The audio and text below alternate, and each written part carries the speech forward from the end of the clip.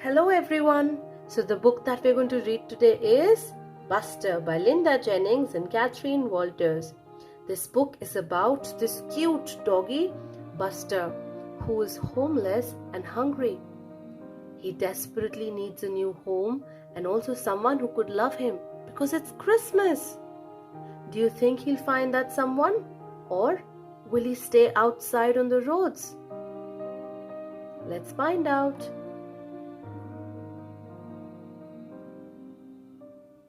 When Buster was 8 weeks old, he had to leave his mother and go off to a new home. He was a bit sad at first, but he soon cheered up. His new family kept cuddling him and calling him cute.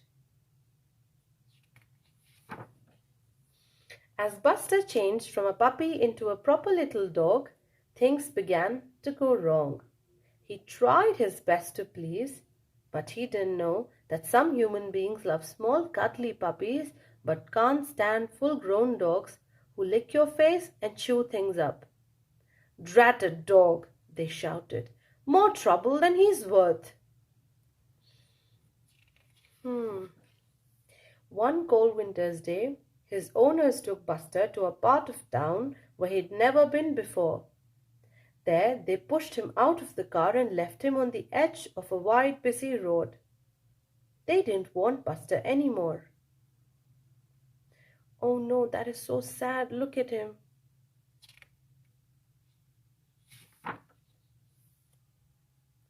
The cars raced by all day and nobody noticed poor Buster. It grew dark and the car headlights shone like huge, fierce eyes. Buster was very frightened. He wanted to go home. But where was home? Without thinking, Buster rushed out into the road. Screech! Crash! Two cars braked to avoid him, but hit each other. Two furious heads leaned out of the two wound-down windows and yelled at the little dog. The angry voices made Buster think of the family who had abandoned him. He fled into a garden and lay trembling under a laurel bush. When his heart had stopped thumping, Buster came out. It was cold, very cold, and he was hungry.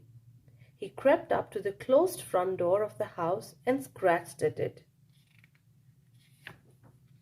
The door opened and a woman peered down at Buster. But before she could say anything, a huge, snarling dog appeared from behind her and thrust its head into Buster's face.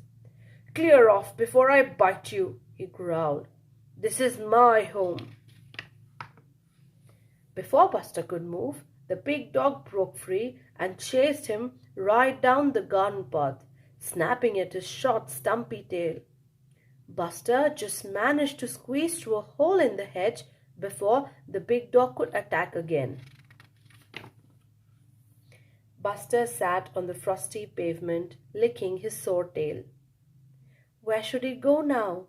He trotted on and hesitated at another open gate. There were a lot of lights sparkling from a tree in a window. The house looked very cheerful and welcoming. Buster started to walk up the drive, but he didn't get far. "Push off, Black Eye!" Buster looked up. Sitting on the wall above him was a large tabby cat. "My territory," he hissed. "Get off!" The cat flexed his claws and opened his mouth, showing a set of sharp white teeth. "Okay," sighed Buster. "I'll go." Nobody wants me, thought poor Buster. It started to snow and Buster's fur grew wetter and wetter. His little body shook with the cold. Some people were walking down the road singing. If he could move along with them, they might notice him and take him home. Keeping well behind, he followed them in the shadow of the hedge. The singers turned into a driveway. "Silent night, holy night," they sang as they stood in a circle outside the house. Buster crept among them, wondering if they would notice him and half hoping they wouldn't. The door opened and Buster could smell something delicious.